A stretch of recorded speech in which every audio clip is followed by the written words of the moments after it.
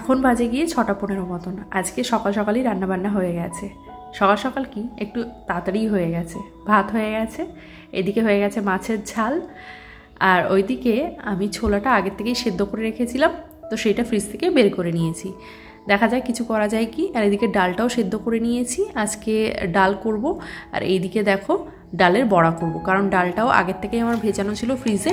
এতটা ডাল করে ফেলে দেওয়ার থেকে কিছুটা ডালের বড়া করে নিই, ওই ডাল দিয়েই খাওয়া হয়ে যাবে। সো গাইস, রেডি হয়ে গেছি।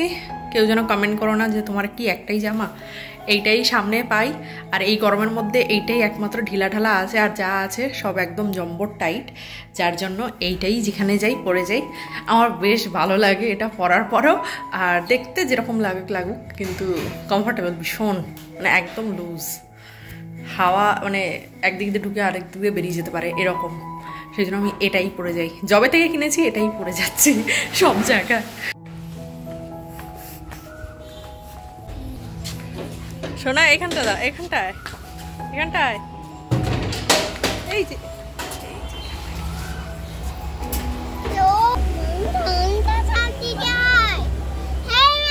তোমাদেরকে লাস্ট ব্লগে বলেছিলাম কলকাতায় যাব, তো এদিকে ছবি তুলতে তুলতে পৌঁছে যায়।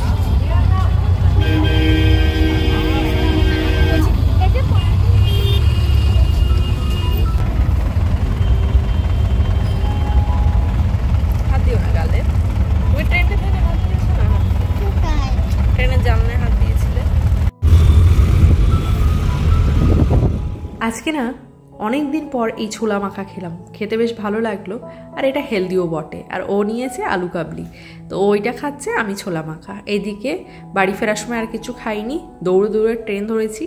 বাড়ি এসে প্রথমে তো ভেবেছিলাম অর্ডার করব কিছু একটা, আর ছেলের জন্য বানাবো।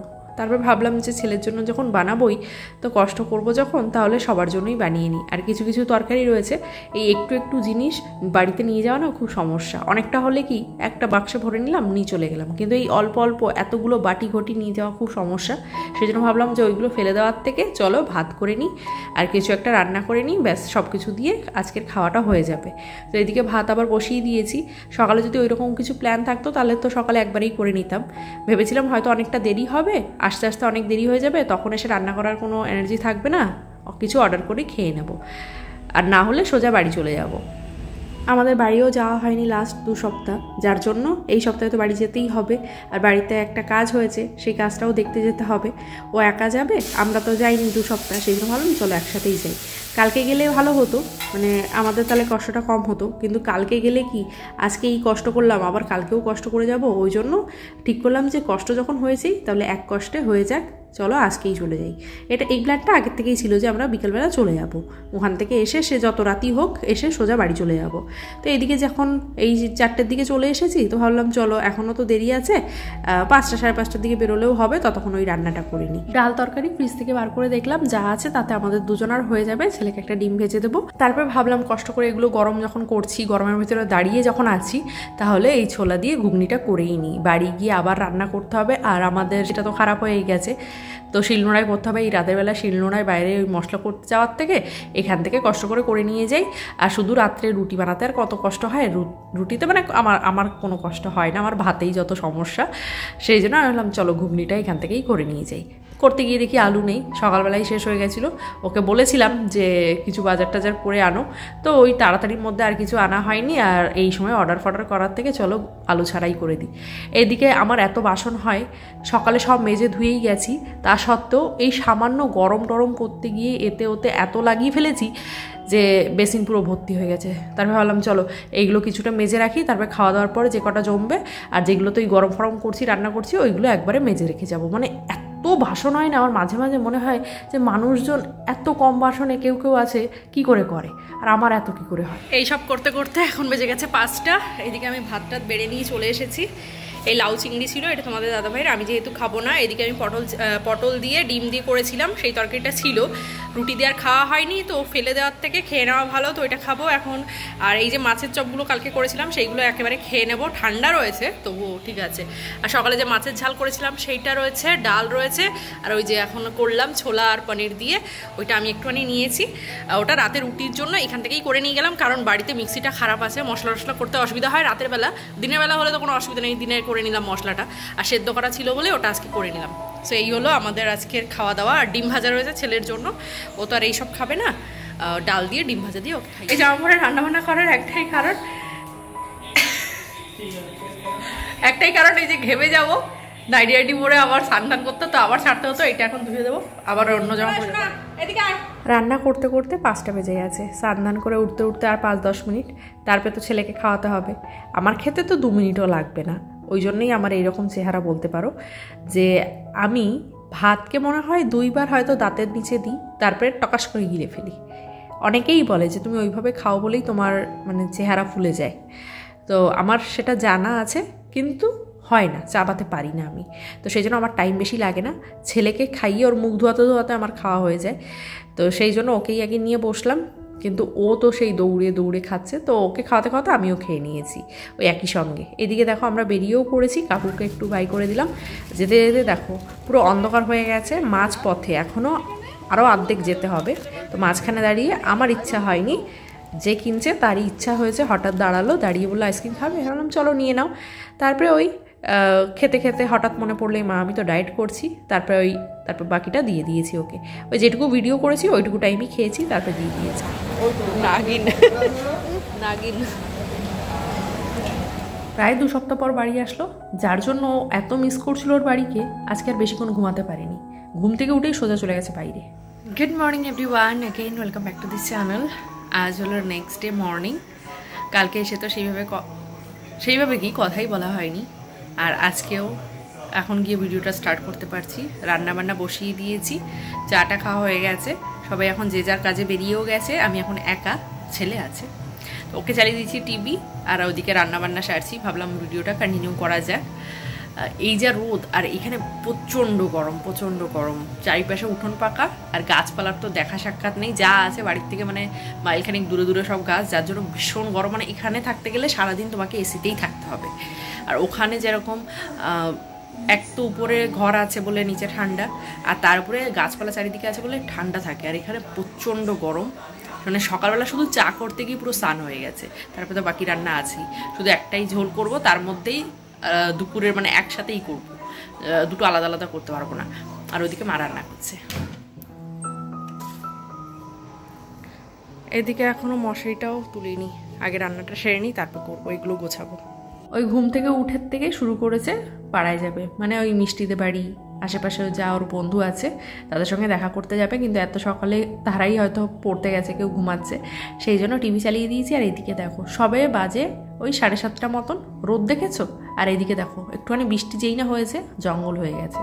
ওইদিকে যেহেতু একটাই তরকারি করব, তো পটল আলু দিয়ে মাছ দিয়ে করছি, ওটা বসিয়ে ঘরটার ঝাড় দিতে চলে এসেছি। যে কাজ করে সে ঝাড়টার দিয়ে চলে গেছে, কিন্তু আমরা তখনও শুয়েছিলাম, মানে ও আসে 5টার সময়, এবার 5টার সময় ওটা সম্ভব, মা বাবা উঠে যায়, ওই ঘরগুলো ঝাড় দিয়ে দেয়, কিন্তু আমরা উঠি না, আগাগোড়াই আমাদের ঘরটা ছেড়ে দেয়, ওই আমি পরে উঠে ঝাড়টার দিয়ে নিই, স্নান করার সময় মুছে নিই। এটা তো আগের কথা, কিন্তু এখন যখন আসি ও তো সেইভাবে ঝাড়টার দেয় না, মানে ওই ভিতরেগুলো। আর আমার ছেলে তো যেখানে মানে এই ড্রেসিং টেবিলের নিচে বা কোনো খাটের নিচে এইগুলো জায়গায় বেশিও যায়, সেই জন্য আমি যখন ঝাড় দিই আগাগোড়াই, মানে ওর মোছার পরেও আমি যখন আমার ঘরটা ঝাড় দিতাম তখন অন্য ঘরগুলো ওই আনাচে ঝাড় দিয়ে দিতাম। তো এখন তো থাকি এই ঘরে, তো এই ঘরে ড্রেসিং টেবিলগুলো ওই ঝাঁটা দিয়েই ঝাড় দিয়ে নিই, যেহেতু এরপরে কোনো জিনিস থাকে না আর কিছু পাতাও থাকে না, তো ওই ঝাঁটা দিয়ে ঝাড় দিয়ে নিলে ঝাড় দেওয়ার সময় কোনো অসুবিধা হয় না। আর এই দিকে একই সকালে এই রোদ এই বৃষ্টি, এখন বাজে ওই 9:30 মতো, তো তাড়াতাড়ি ছেলেকে খাওয়াতে বসিয়েছি, কারণ একটুখানি এদিক ওদিকেও যাব। এদিকে দেখো এই টয় ট্রেনটা ওর ফার্স্ট জন্মদিনে এক দাদা দিয়েছিল, তখন তো চলছিল, এতদিন যেহেতু ঘরে ছিল বলে ব্যাটারিটা গেছে নষ্ট হয়ে, ব্যাটারি পাল্টেও চলছে না, সেটা ঠিক করতে হবে। তো এখন ওই দিয়েই খাওয়ালাম। আর এদিকে চলে এসেছি এখন পাশের বাড়ি, ওই যে আমার বন্ধু বিনা আর আমার ছেলের বন্ধু, ওর মেয়ে, ভালো লাগছে, ও এসছে আমি আর আমি এসছি। দেখো সবাই দেখাতে ব্যস্ত, মা দেখাতে ব্যস্ত, মেয়েও দেখাতে ব্যস্ত। দেখি মেয়ে কিনেছে নতুন জুতো, দেখো আমি কি হই তোর বলতো, ঠাম্মি এসেছে, ঠাম্মিকে দেখাচ্ছে জুতো।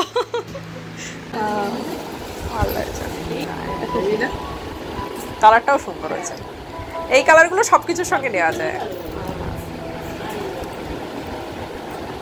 এটাও ভালো হয়েছে। তো তুমি বললে 3টে 4টে হয়ে গেছে। তো এইটা এই ব্যাগের ব্যাগ আরেকটা কিনেছি, ওটা বেজমনকে দিয়েছি। এগুলো কত করে নিয়েছে? এটা 250। এগুলো সব 250? এইটা ঠিকই আছে। দেখ আমার ছেলের কাজ দেখো, ভগবান। তা কি জ্বালিয়েছিস তুই ওখানে? আদেও কি গাছ? ছবিতে তো অন্যরকম লাগছিল, এখানে এরকম লাগছে কেন? এটা মরে গেছে তো। ও না, এই যে এই পাতাটাই আছে। এইগুলোই দেখা, একটু দেখা কি দিয়ে খেলা করেছিস। মাদা টাতায় কাদা টাদা মেখে চল, তাড়াতাড়ি বৃষ্টি এসছে। এই দেখো গাছ, এই দেখ একটা গাছ নিয়েছি বিনা থেকে। ওরম গায় না, কাদা লেগে যাবে। দেখি হাতটা ধরো, কাদার জন্য হাঁটতে পারছে না। তো জুতোটা কি অবস্থা? হ্যাঁ, সকালবেলা সে যা কাণ্ড তা তো আর তোমাদের দেখানো হয়নি। ওই সময় মাথায় হাত চলে গেছিল। এখন এই যে বৃষ্টি মাথায় সব ধুয়ে ধুয়ে এখানে দড়ি টাঙিয়ে নেড়ে দিয়েছি। এগুলো ছেলে ওই প্রথম 3 মাস ইউজ করেছে সেই জামা কাপড়গুলো। উপর থেকে কয়েকটা জিনিস পাড়তে গিয়ে দেখি ওই বক্সটা আর নেই, মানে পুরো মিশে গেছে সানসেটের সঙ্গে। আর তার মধ্যে জামা কাপড়গুলো কিছু কিছু পুরো লেগে রয়েছে, আর কিছু কিছু তো পচেই গেছে, আর কিছু কিছু ভালো আছে। সেইগুলোকে ভিজিয়ে রেখেছিলাম। বাড়ি এসে সেইগুলোকে ভালো করে ধুয়ে, বৃষ্টি মাথায় কোথায় নাড়বো, ওই ঘরের ভিতরে দড়ি টাঙিয়ে নেড়ে দিয়েছি। যে কটা বাঁচাতে পেরেছি সেই কটা এই যে ধুয়ে নেড়ে দিয়েছি। তোমাদেরকে একটা ভিডিওতে আমি বলেছিলাম, তোমাদের মনে আছে কিনা জানি না, আমাদের মাঠে রাস্তা করছে, তার জন্যই আমরা বাড়ি এসেছিলাম। সেই সময় বলেছিলাম। তারপরে 2 বার এসেছি, ফিরে গেছি।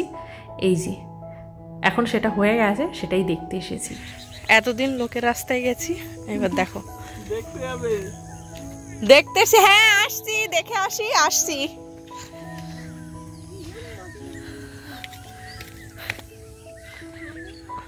এই বৃষ্টিটা হয়ে, একটুখানি বৃষ্টি হয়ে সকালে আসলে ভালো হতো। হ্যাঁ, বসলে তখন ওই ভ্যান যাওয়ার মতন হয়েছে। ওইটা আরো চওড়া না ওই রাস্তাটা। এই রাস্তা করার জন্য এই সপ্তাহ ধরে, বাবা, যেদিনই রাস্তা করবে বলে ঠিক করে মাটি ঢালবে সেই দিনই গলগলিয়ে বৃষ্টি নামে, আর ব্যাস বাড়ি এসেও আমাদের ফিরে যেতে হতো। ফাইনালি হয়েছে।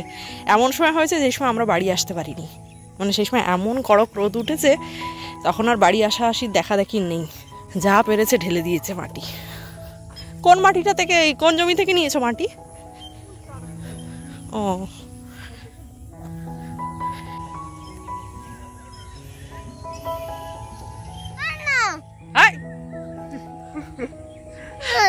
তা কটা ছবি তুলেছি? 2টো হয়ে গেল। জমি ঘোরা, জমি পুরো খালি, এখন কিচ্ছু নেই।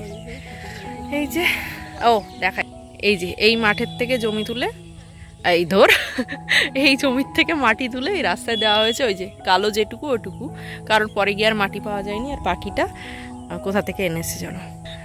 চলো, 2-3 সপ্তাহ ধরে ঘোরাঘুরি করতে করতে ফাইনালি এই হালে 3-4 দিন আগে এটা হলো। তো আমরা এই এসছি, এখন হয়ে আছে। আবার কালকে আবার চলে যেতে হবে, সব গোছ গাছ আছে। তার আগে একটু ঘোরাঘুরি করে নিই। ওই কয়েকজনের সঙ্গে দেখা করার আছে, ডাকলো, ওখানে যাব।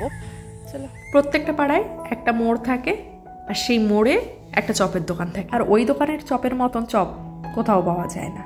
আমি যেমন বহু জায়গার জিনিস খেয়েছি, কিন্তু এখানকার মতন এই স্যান্ডউইচ আমি অন্য কোথাও পাইনি। তো আজকে এটা দিয়েই সন্ধ্যেবেলার টিফিনটা সারবো।